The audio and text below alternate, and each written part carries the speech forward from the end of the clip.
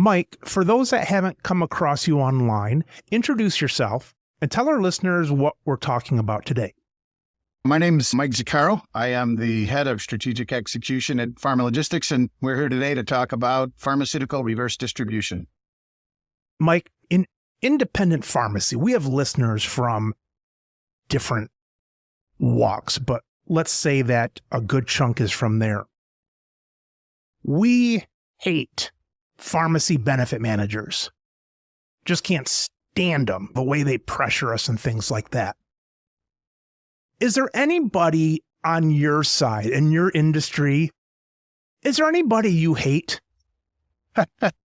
Well, that's an interesting question. What I would say is this. It's the manufacturers, if you will, that don't have liberal return goods policies, those manufacturers that make it difficult for us or for our clients to recover credit for their expired goods. And so anybody that delays that process or makes that more difficult, it simply makes it more challenging for us and more difficult for our customers to put dollars back into their pockets.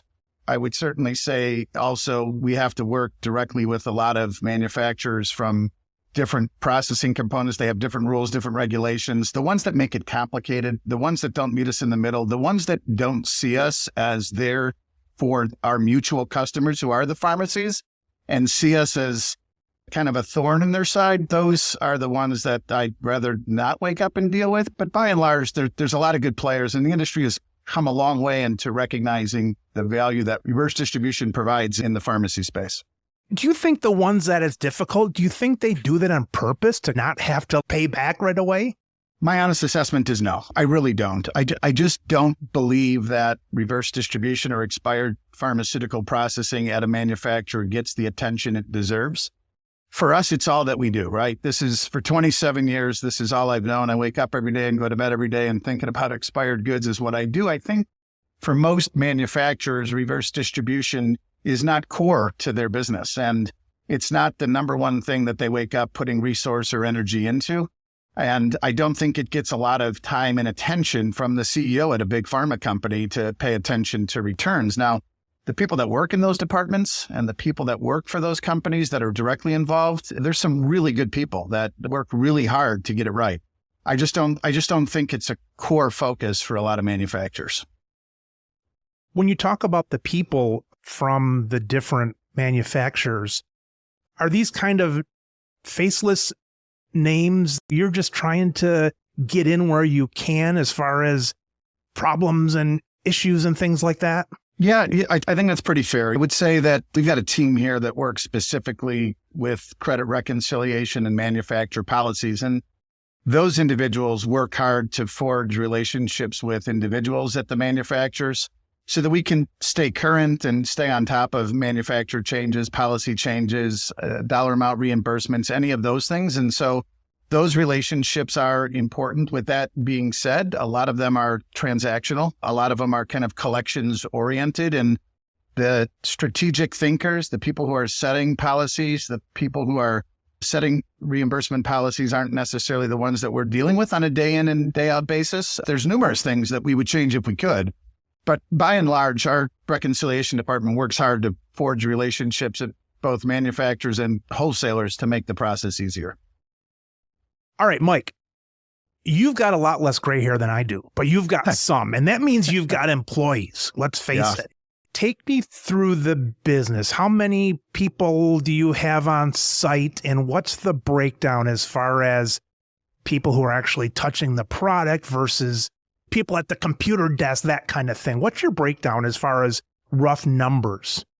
Sure. Total head count is about 170 farmers. We don't refer to our staff here as employees. We refer to everybody as farmers. PHARMERS. So about 170 in total. We've got roughly 40 out in the field. These are our field service representatives, really the front line of our organization. So we have customers, primarily our hospital customers, but also a lot of retail pharmacy customers who use what we call our on-site service. And we have field service representatives scattered across the country as well as internationally. We've got a service rep in Japan and a service representative in Germany. The Germany and Japan representative are for our Department of Defense customers, and that's our biggest customer right now. So anywhere we have a military treatment facility, we have field service. Wow. The other 38 are scattered throughout the United States, and they're deployed home-based to our customers to help start the returns process. And again, we've got about 40 of those individuals in total from that department.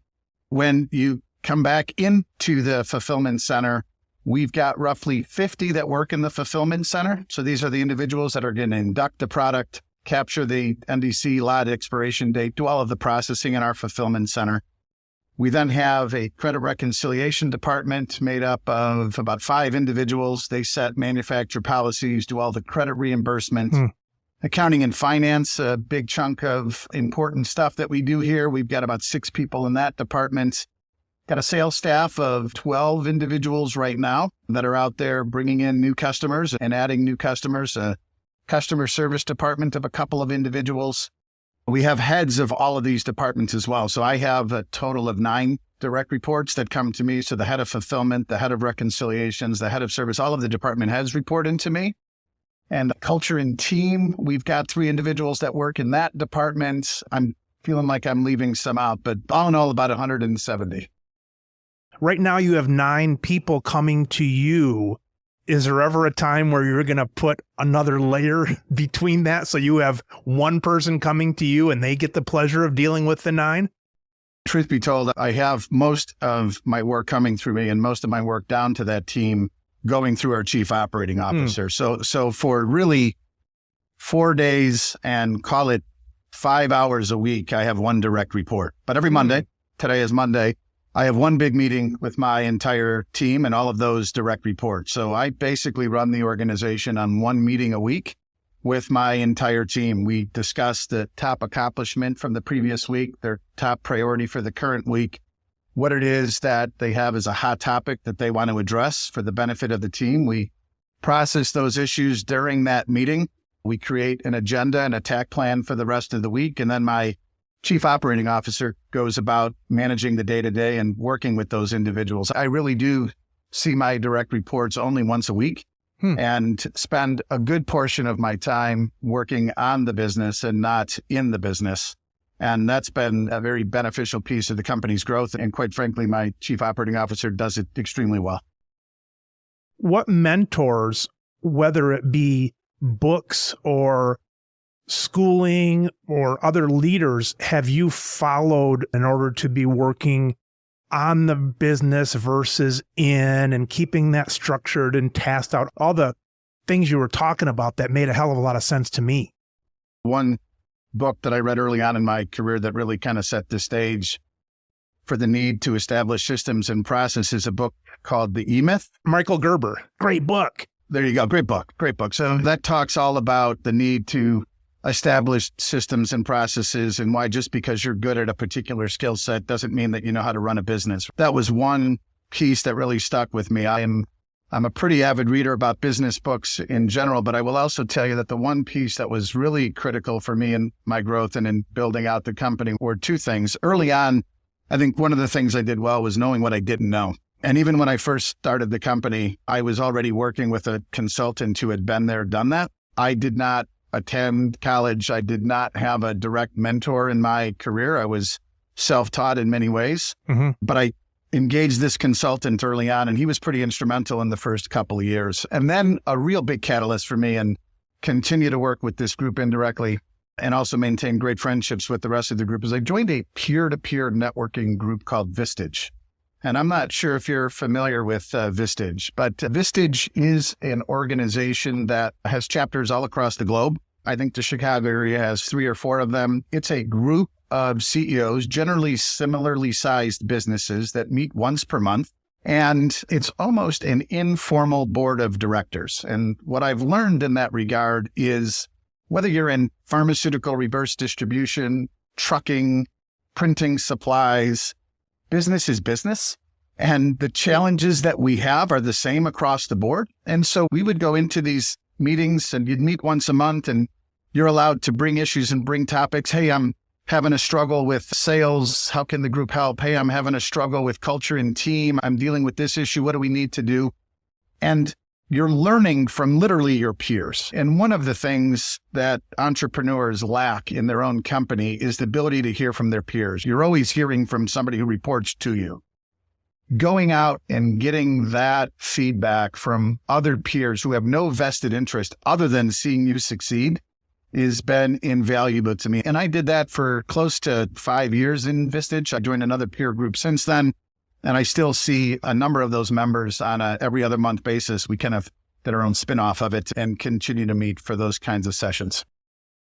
I think probably a ton of people would say, no, Mike, that's good, but we're different. Our business is different. We've got Sally in accounting and Bill over here, and we're different. It's like, no, you're not different. You're different maybe in the dotting the I's and crossing the T's down in the bottom part, but people are people, and pretty much businesses are businesses.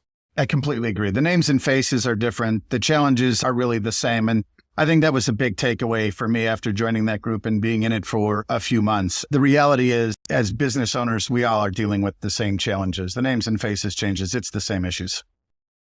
A lot of times when you think about a business, especially for maybe pharmacists who are trying to break off a little bit, I think a lot of people kind of look from the top down and they get freaked out. And I think that a lot of businesses can start from the ground up, and it's solving a problem. You guys obviously solve a problem. If you could look at the psychology behind what you solve, what do you think you're giving people with your service?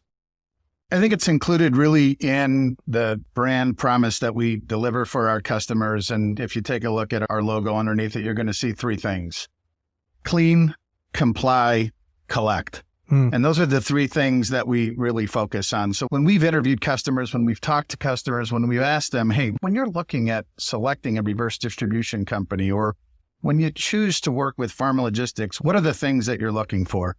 And those are the three things that our customers came back to us and said, this is what we want. So the first piece is the clean component. They have these expired goods. They're generally sitting in a box underneath the counter or off in the corner or somewhere where it's just accumulating. In many ways, it's kind of garbage in their eyes, right? It's garbage and it's guilt. Like, I should be doing something with it. Sure. So the one piece that we provide for our customers is that clean component. We're going to give them the opportunity to clean that out, either by them shipping it to us or by us sending a service representative in to pick it up. The second piece that they're looking for, and this is especially true when you're talking about controlled substances and DEA regulations and state regulations, is the compliance component. There's a lot of rules, a lot of regulations. There's a lot of what you can and can't do when it comes to shipping product or disposing of product. And nobody wants to be in a non-compliant situation. So they look for us to be the expert there on EPA waste. They look for us to be the expert there on DEA rules and regulations. And they want to make sure that we keep them compliant. And then the third bucket, and everybody has a priority depending on where they're at in the service cycle. But the third component, and where we really separate from our competition, is in the third piece, which is the collect function. And that's, for us, really where the rubber hits the road. How much dollars, how many products can we get credit back for? How quickly can we get that money back into our budgets? And how are you going to help us do that? So those are really, for us, the three pieces that we see.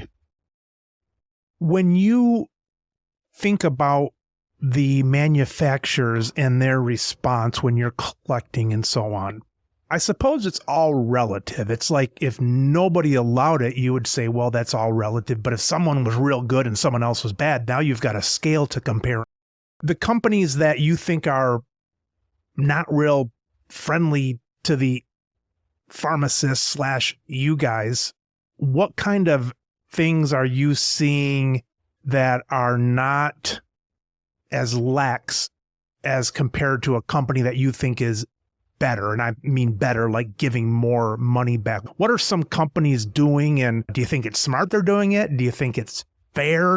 Yeah, well, I'll start with this. I would say that certainly manufacturers can create competitive advantage and can create good service for their customers by providing a fair and reasonable return goods policy. I'm certainly not advocating for nor expecting manufacturers to simply say, hey, look, everything that you do, no matter what you do, it's not everything should be returnable component. We're certainly not expecting that. what can be done, and the ones that get it right, are the ones that have a very clear, a very specific return goods policy. They have one that's fair and reasonable. It's not complex. And then they commit the resource to it behind the scenes to actually see it through. I mean, we see manufacturers that are able to receive and process a return goods authorization sometimes in 24 hours. And then we see others that take close to 60 days just to send the return goods authorization to get it back to us. We can't even start the returns process until, in many instances, we get that return goods authorization, right? So I think being fair and reasonable with their customers is the starting point. And then having policies that are clear, clean, concise also helps in the process. It just seems to me like when you manufacture things, people are going to return them. It's not some oddity. Like, what are you going to do in an earthquake if you're a manufacturer in Michigan or something like that? It's not an oddity. It just seems like they would have that more set up. They're obviously going to get returns. I look at it very much on the bell curve. I think if I'm to assess it, I think 20% of the manufacturers are really good at it. I think 20% of the manufacturers understand it. They grasp what you just said. Hey, we're going to get it. It's good customer service. It's a way to separate, right? I think you've got 20% of the manufacturers that just, for various reasons, don't put the time, effort, and energy into it. And they're not the ones that make it easy for their customers or easy for us. And then I think about 60% of them fall somewhere in the middle, depending on how busy they are, depending on what cycle they're in, depending on if they're getting a lot of volume of returns or not. You're going to see them fall in some category, one or the other. By and large, we work well with our manufacturers, with all of the companies, to recover credits from them. There are simply some that are better than others. On the other hand, pharmacists are kind of a captive audience. Like, most of the pharmacies, they have the brand name. It's like they're not going to say to a customer, no, we're not going to fill this strength of this because this manufacturer doesn't return to us very well. It seems like that service is pretty far removed and their hands are almost tied that they're going to do it. Now with generics, maybe, because you have maybe different companies that you can choose from, but the brand names, I guess they don't have a real great reason to separate themselves because of the captive audience.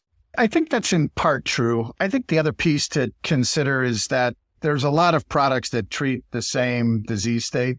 One of the things that we're looking to move into is empowering our customers to be able to make decisions based on return goods policy. So we think that ultimately evaluating a manufacturer's return goods policy is a good piece to evaluate when it comes to whether it should be in your formulary or not. Yeah, true. If you think about a P&T committee in a hospital situation, the nurses are going to weigh in, the doctors are going to weigh in, the pharmacist is going to weigh in. We think there's value in having reverse distribution, or at least the data associated with reverse distribution, weigh in as well. If there's going to be a tiebreaker, it might as well be the one that if it expires, we're going to get money back for it. Mike, do you have to, I'm just going to throw some initials out, DSCA something or other, with all the following of the barcodes and the QR codes and all that kind of stuff? Does that continue through to you? We're certainly going to see it. We certainly have to be internally have the technology to be able to process those labels and to be able to scan those labels. And quite frankly, in many areas, it's going to make it easier. You're now going to have one scan that will include NDC number, lot number, expiration date, and an individual license plate. Right now, those are multiple points of entry. And so in many ways, that's going to be simplified. We technically fall outside of compliance, the rules and regulations when it comes to those end at reverse distribution. But we actually think it's, a really excellent way for the industry to morph into more effective and better inventory management. Being able to understand where the product was sold and ultimately where it ended down to the individual product level, we think there's a good opportunity for our customers to even better manage their inventory with that information. Now that, Mike, your company is built up, and sometimes to build a company, you've got to take a certain path. Is there any other direction that you wish you would have done earlier, or a different road? Like my house, we built our house in 2002. And you should see all the damn cables I got in my basement. There's 50 of these cables coming in to different rooms and so on for the cable TV and the, computer, the Cat 5s and all those things. And it's like, the only room I need these really in are the 2 rooms that we didn't put them in. So I walk back there and I see dollar signs. And of course, you don't need it now because of Wi-Fi and so on. If I could have done it over, I wouldn't have done all that. But is there any direction that you kind of wish you would have gone? Or because you're there all the time and meeting with your team and so on, that you could be nimble enough to adjust all the way through from the beginning?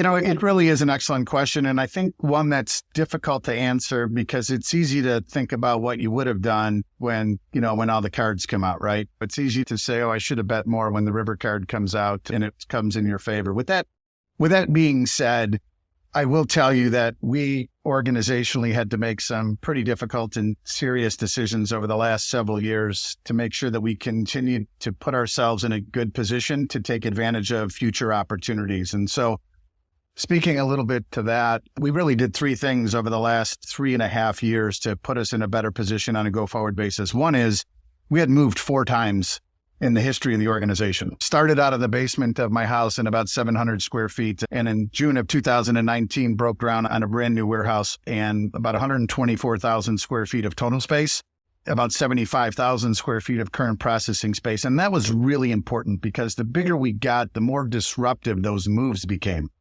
And shifting all of those licenses and getting people to go to a different facility, and you lose some if you move too far. So that was a big piece. We had to build out that brick and mortar. The other thing that we had to do is, again, thinking about what we wanted to be when we grew up. We could no longer be as manual as we were. If you would have seen our operation 4 years ago, it looked exactly like it did when I was operating out of my basement, except we just had more people doing it.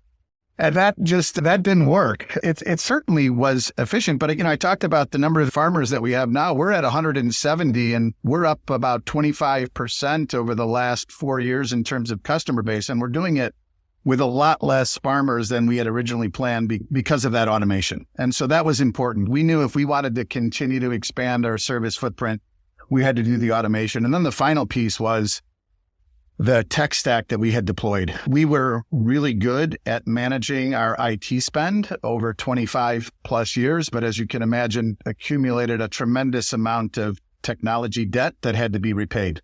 And so we had to literally do a build or buy decision on every single piece of technology that we have inside of our 4 walls, as well as what we have out in the field, and flipped the switch on that about 14 months ago. And so what we've really got now is established the brick and mortar. We did the automation and brought in the tech stack as well. And so we're now positioned for the future and positioned to make those decisions. Those were not forward-looking decisions that I made for the first 20 years of the organization, but were the decisions that I was able to make as I moved myself into a position where I could think on the business and not in the business.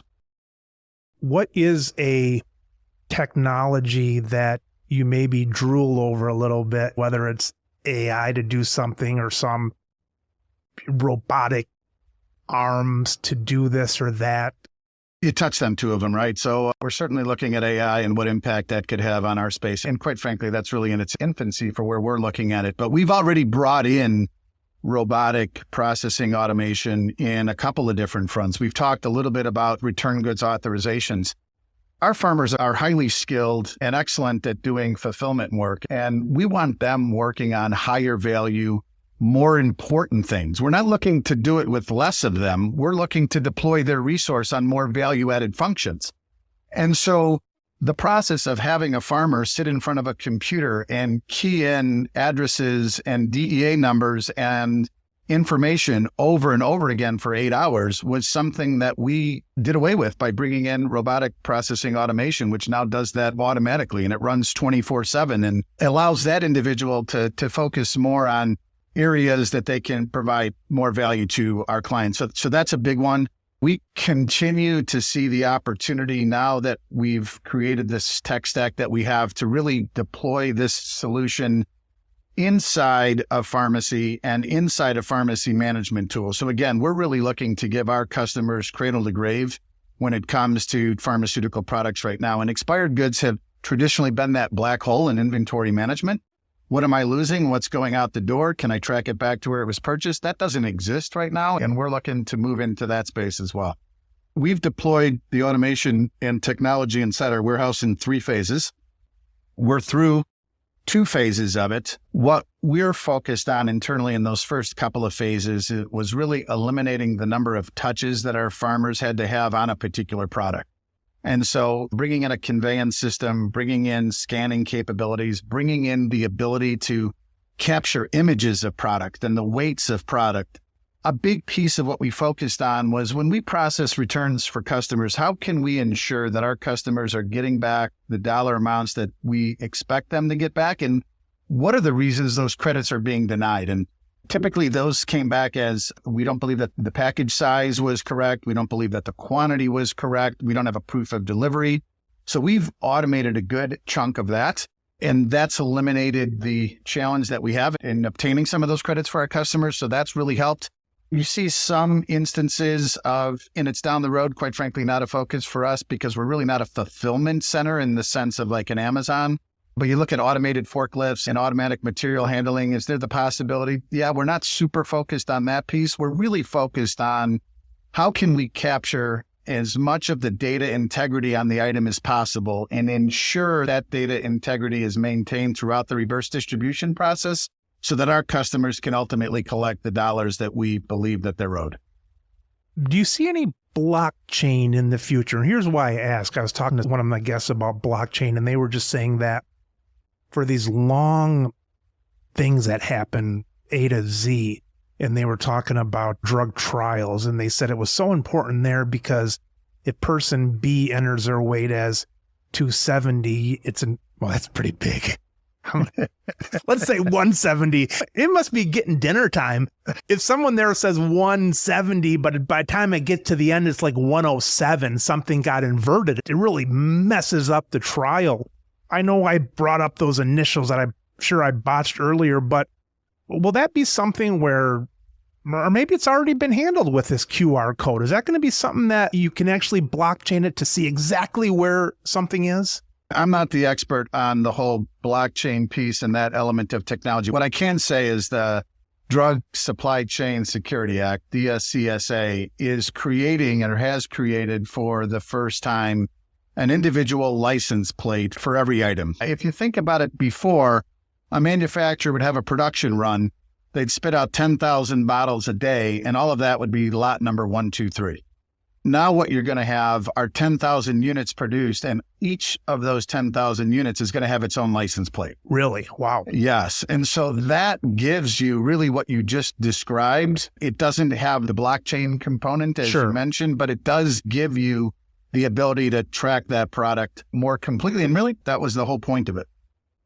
You mentioned with AI and those sorts of things not affecting the workforce as far as numbers go. And that's so true. It's like, just with this podcast, for example, it used to be that, Mike, after you and I talked, my show notes would be Mike and Mike talked. Show notes I don't think are as important as people think, and so on. Now I can use AI to improve that, but it's not taking me any more time. I had to write Mike talks to Mike. That's the same amount of time it takes me to put the transcript into AI and say, give me a show note. It's the same amount of time, same amount of human time, but the product is that much better.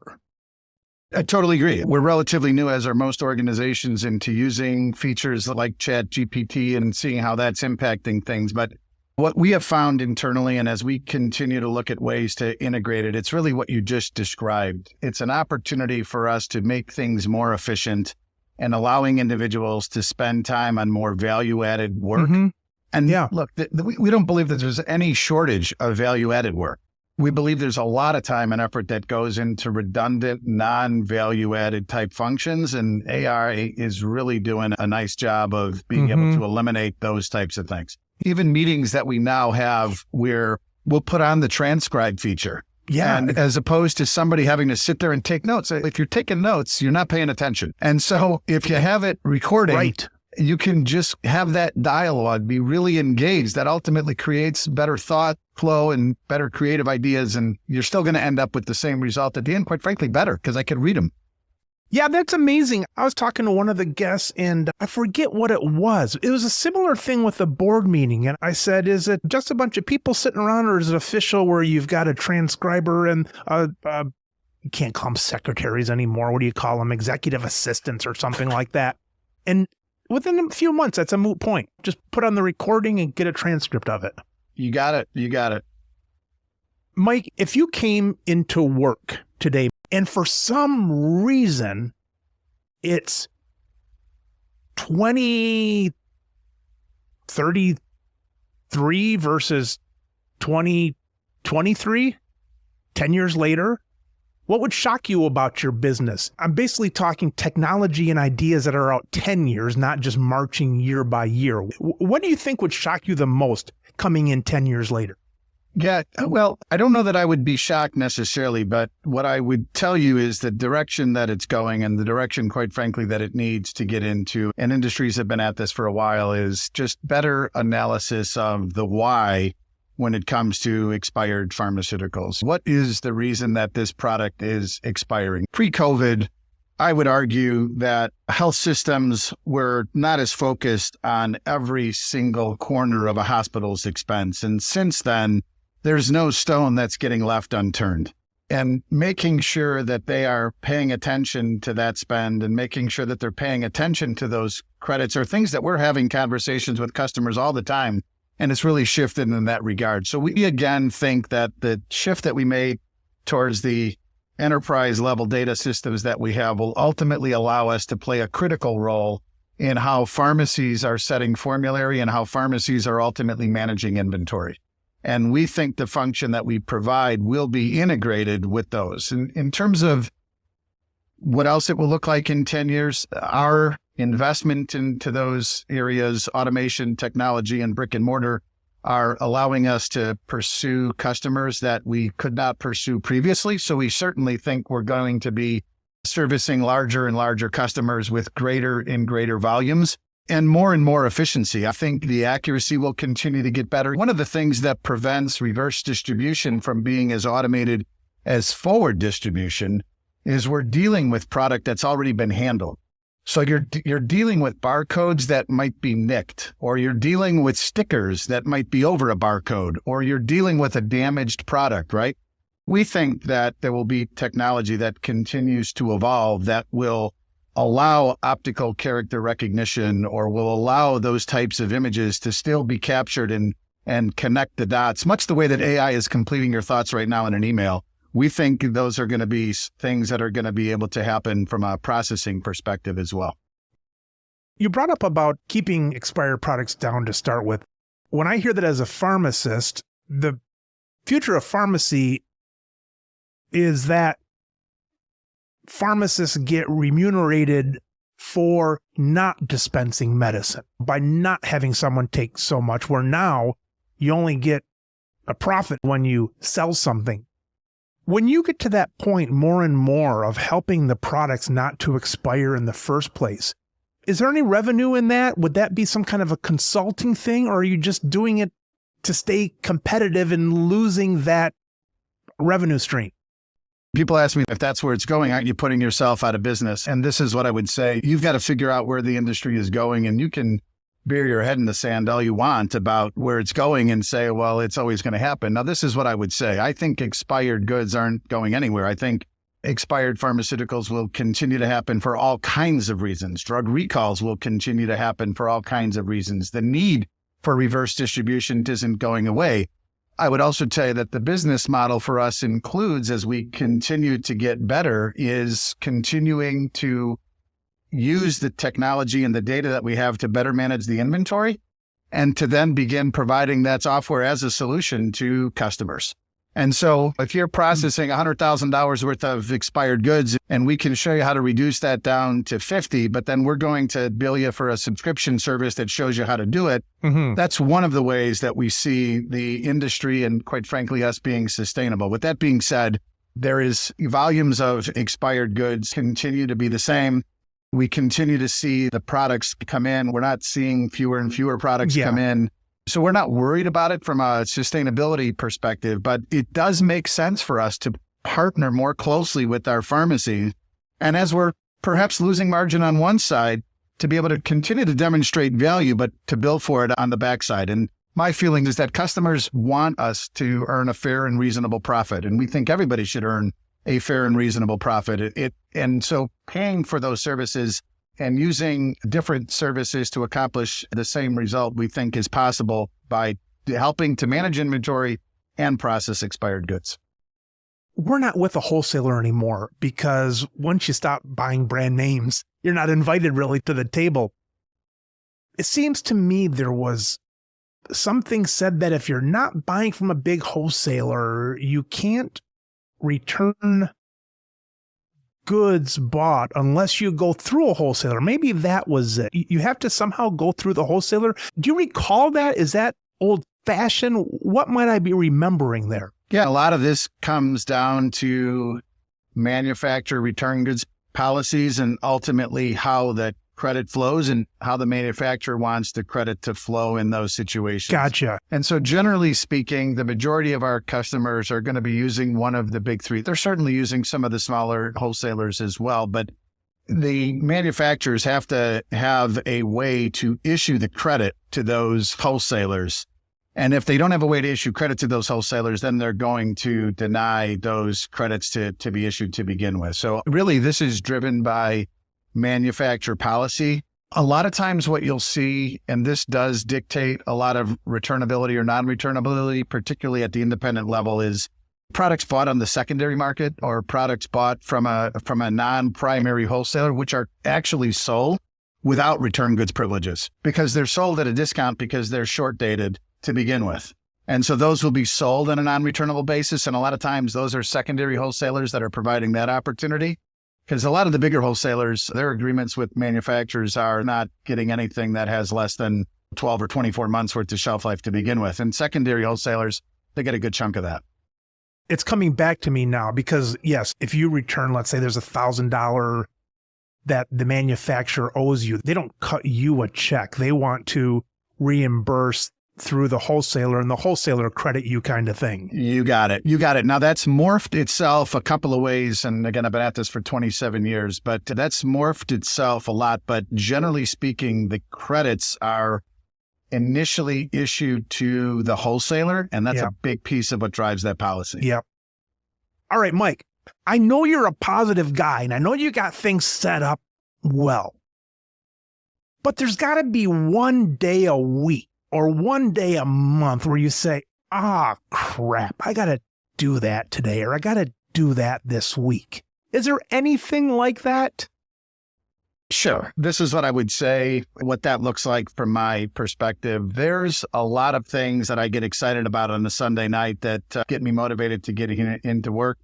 And then there are those things that drive me nuts. Here's my number one thing that I don't like doing, fixing the same problem the second time around. There you go. It is extremely frustrating for me to process an issue, to create the solution, to create the system and process, to then find out that 3 months later, we've kind of lost our way a little bit and we have to go back and do that. And so one of the things that we've done fairly recently is added a head of continuous improvement to our executive management team to actually do away with that. Doug Glass came to us from Motorola, big Six Sigma background, and this is what he does all day, every day, is work on continuous improvement. It got to be such a pain point for me, Mike, that I finally had to hire a guy to help take that pain away from us. And Doug is doing a great job with it and helping us eliminate those types of things. I think that to me is the biggest challenge. I would also say this, I'm at my level really blessed to have a really good team underneath me. And so a lot of the day-to-day and a lot of the working in the business is handled by a lot of staff. But back in the day,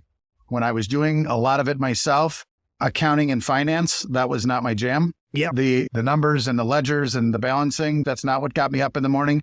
I love solving problems. I love fixing things. Yep. I love operational focus. I love figuring out how we can do things in fewer steps and how we can be more efficient. Those excite me. But when I was working more day to day, the accounting and finance, not my strong suit, and repetitive problems that we don't fix right the first time, are my two biggest frustrations. Well, that's what Gerber was saying in his book that we mentioned earlier, The E-Myth, especially for new people in the business. And in order to both grow, but also maybe not to go crazy, you might be wearing 12 hats or 20 hats, but his method would be to at least name all those hats. At least say, all right, someday when I'm big enough, I'm going to do this. But right now I'm the VP of cleaning the bathroom or the VP of this or that. For sure. And we've really adopted that and carried that forward. So you're at 170 employees, we're still a very small company by and large, right? In the reverse distribution space, we're arguably the second largest reverse distributor. But in terms of company size, 170 employees is still relatively small. And so because of that, we still have a lot of leaders at the executive level that have what we call a role, and then they wear a hat. So you have your primary focus. So as an example, Joel, and that's our head of fulfillment, and that's his primary role. He also wears the hat of compliance, and he has a compliance team that reports into him. In a future state, as the company continues to grow, that's a spot in the org chart that somebody will ultimately assume. But for right now, he wears a hat, and then he also has a role.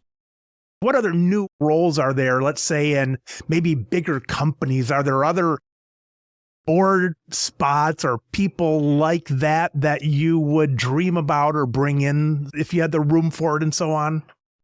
A really good question. We think about it organizationally is that it starts first with structure and then people. So as opposed to first focusing on what's wrong with or why are we not getting such and so input, the first question that we always ask ourselves is, do we have the correct structure in place? Do we have the right environment for people to succeed there? And generally speaking, once we solve for the structure, slotting the right person in there becomes second nature and works very well. So I would say a big thing for us is starting first with structure and then with people. With that being said, right now, we identified an opportunity to improve the organization by adding, it depends on the industry. Some people call it customer success. Other people call it account management. We've traditionally had field service, customer service, and sales. And what we realized is that structure isn't allowing us to work as close with our customers as we'd like it to be. We're not spending enough time with our customers right now, really understanding the challenges that are happening in their pharmacies and what they're being asked to do. We're providing good service and we're providing good field service and we're being responsive and we're delivering on expectations, but having a conversation with a system director of pharmacy at a hospital and asking him, what are the strategic initiatives that you're working on in your pharmacy over the next 12 to 24 months? And how can we help? Is something where we want to be. So the one piece that I would say that we're looking to add to the structure right now is that account management role. And these are going to be people who are really focused on going deep. They're going to have the ability to go a mile deep and 6 inches wide with every customer. And understanding what the opportunity is for us to better support them with what we do. We think that's a piece that's been missing. I think it's a piece that we can improve on. So that's one that's coming. From my side, I'm seeing the customers as some old guy like me who's got the dusty box in the corner kind of thing. But as you said, your customers run the gamut. I mean, you've got some really big accounts, and having that to go deeper seems like a good idea.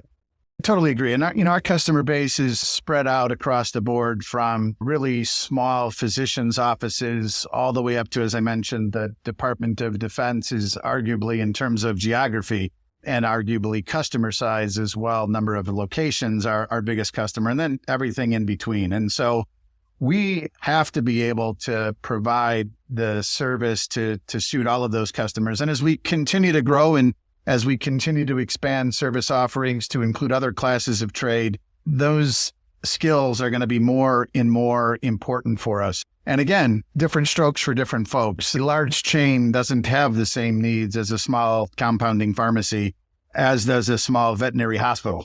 And it's being able to understand the world that those customers live in and be able to deliver the service that they're looking for is what we're looking to do as we continue to grow. Mike, do you ever see a need? Well, probably the best way to explain it would be like GM. They've got I don't even know the names of them, but they got the Corvette for this kind of person, and they've got the van for this kind of person. I can't think of all the different brands they have in there.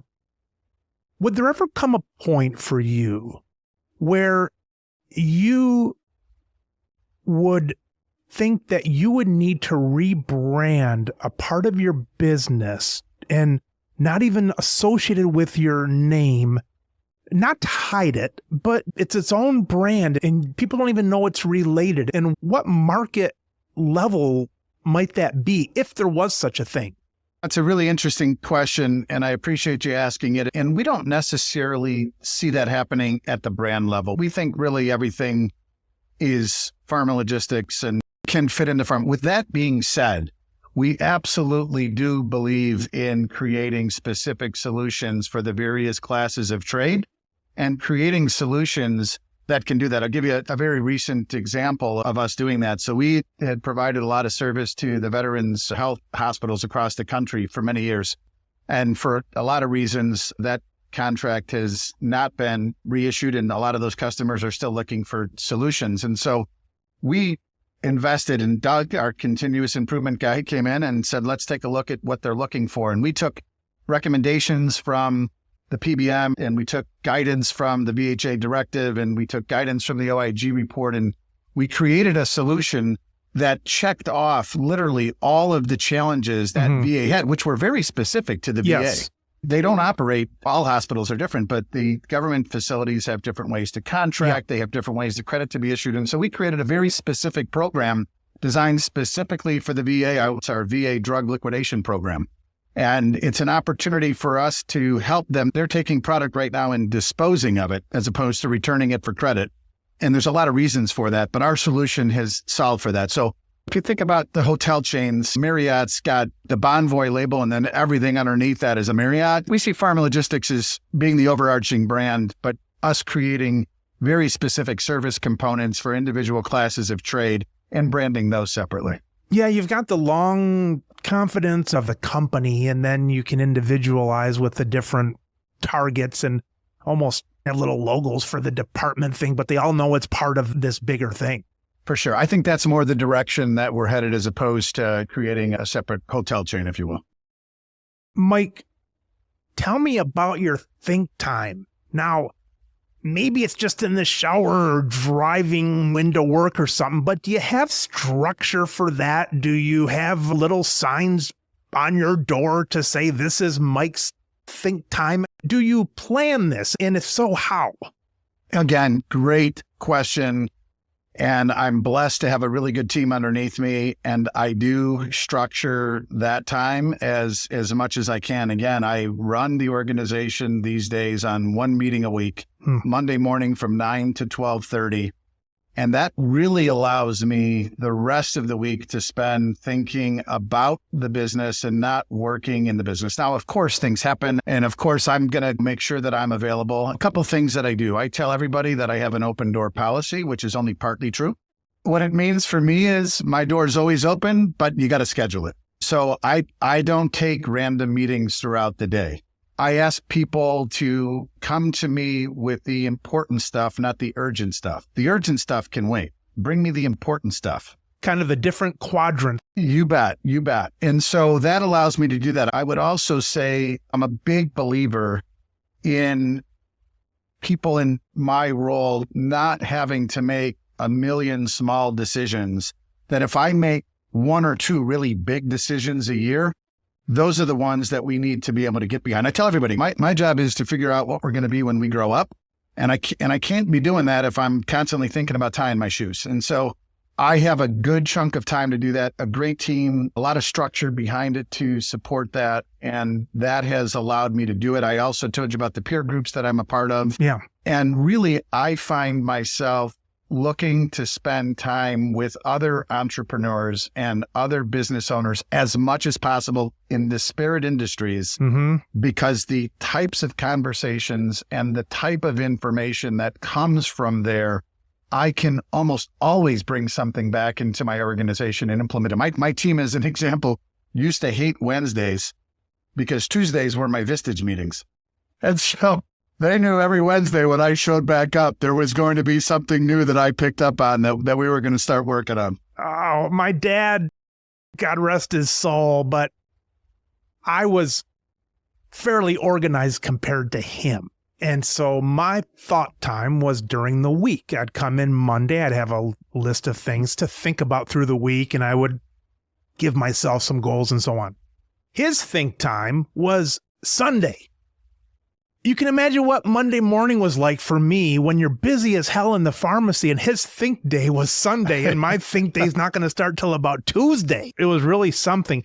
All right, so Mike, I got to go deeper though. Sketch this out for me. If you had a great idea, I know it's a lot of different things, but if you had a great idea, would you be sitting at your desk with the door closed and your hands back behind your head and an idea comes to you? Would you be on a bike ride? Would you be talking to somebody else? If you could think of a real great idea, physically, where are you? And I know there's a lot of different ways, but if you could picture one, where would you be?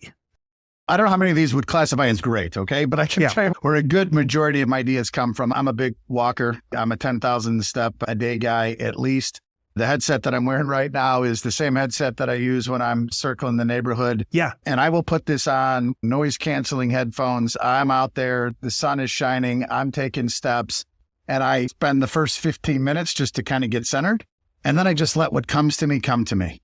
And I find that if I'm doing that 3 or 4 times a week, I generally come back from those walks with, hey, I should look into, or hey, this is something that we should look into. And I come back and I've got a board that we call the parking lot. And all of these ideas make their way into the parking lot.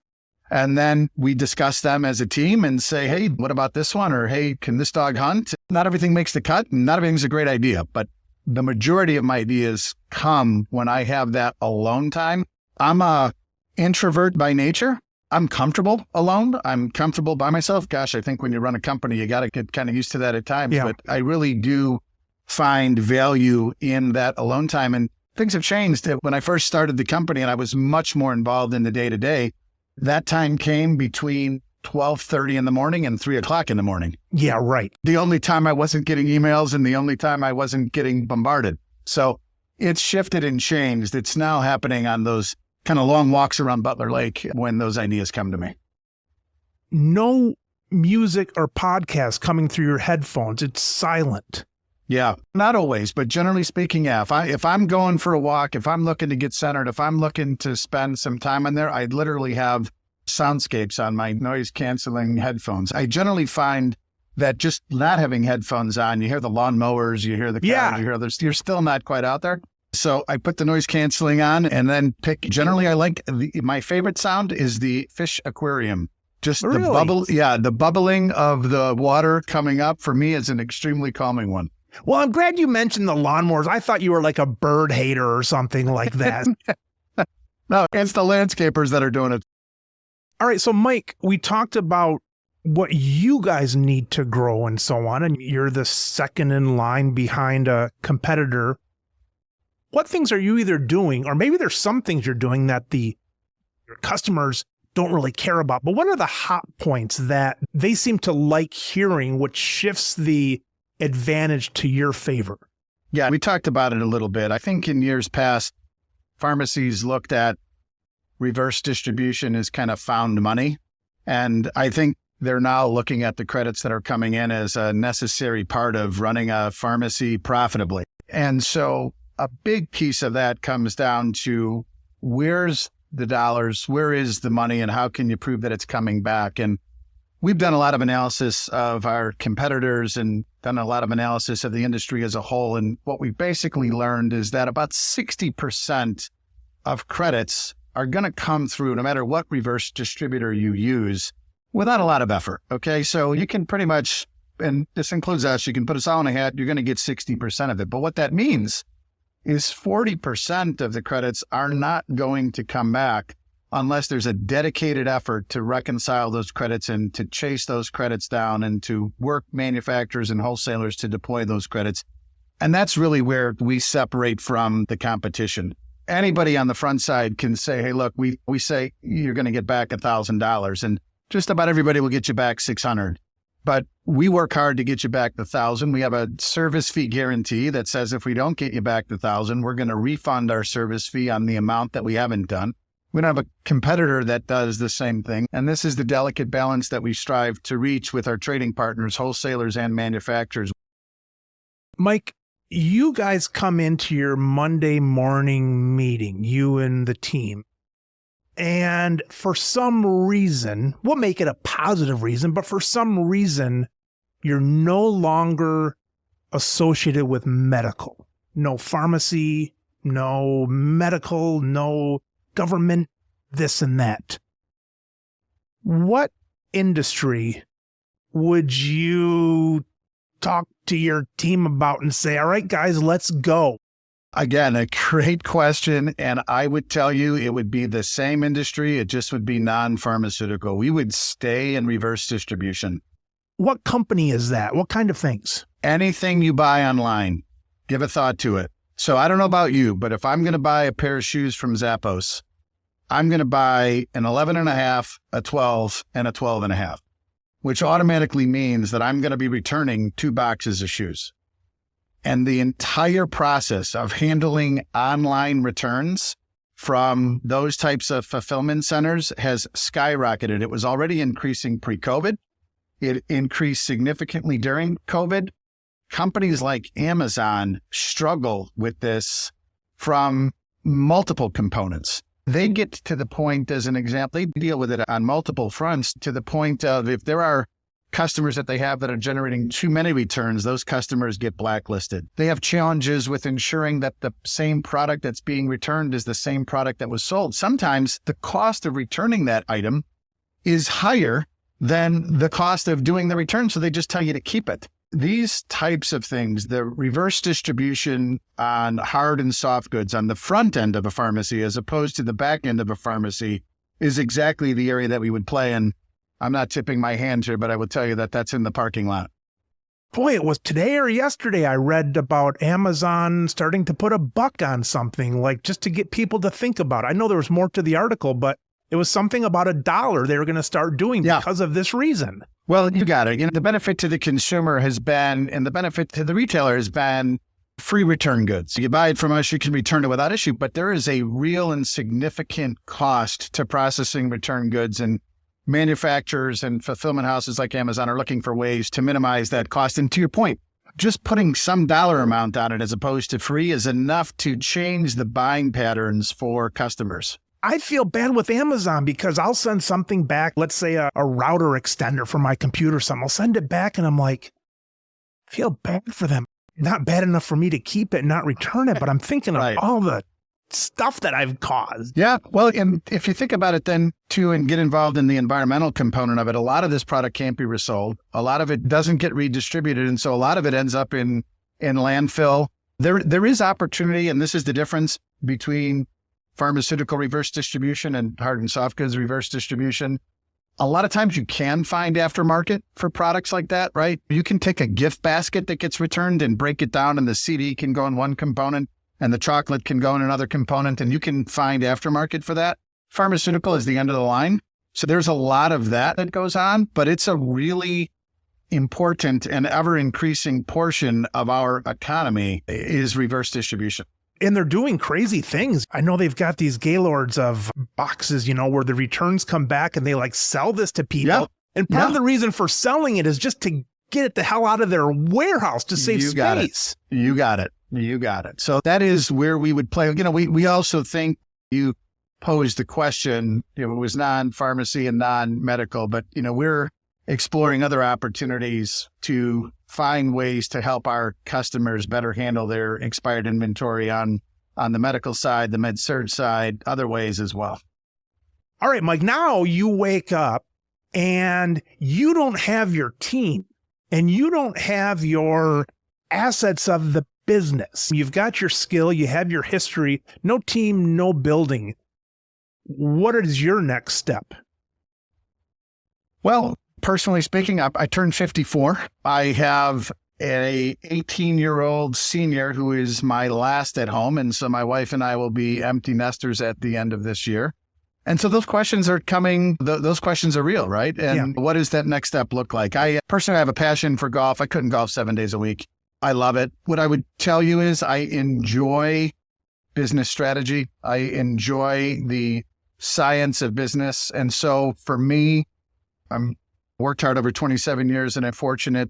I don't work for money anymore. I continue to work because I enjoy what I do. Yep. And so I wouldn't have to go get a job. But what I would do is find advisory board positions and try to find people in a position that I was in when I started this company 27 years ago. Yeah.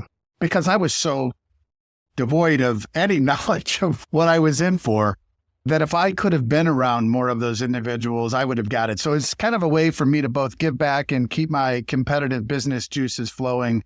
I would find the opportunity to be part of advisory boards and help young companies and young entrepreneurs navigate the kind of next 5, 10, 15 years of their career path.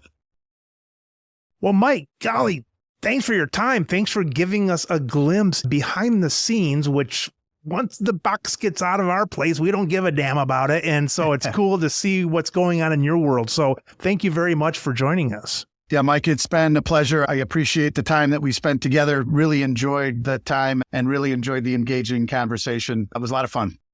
Thanks, Mike. We'll keep in touch.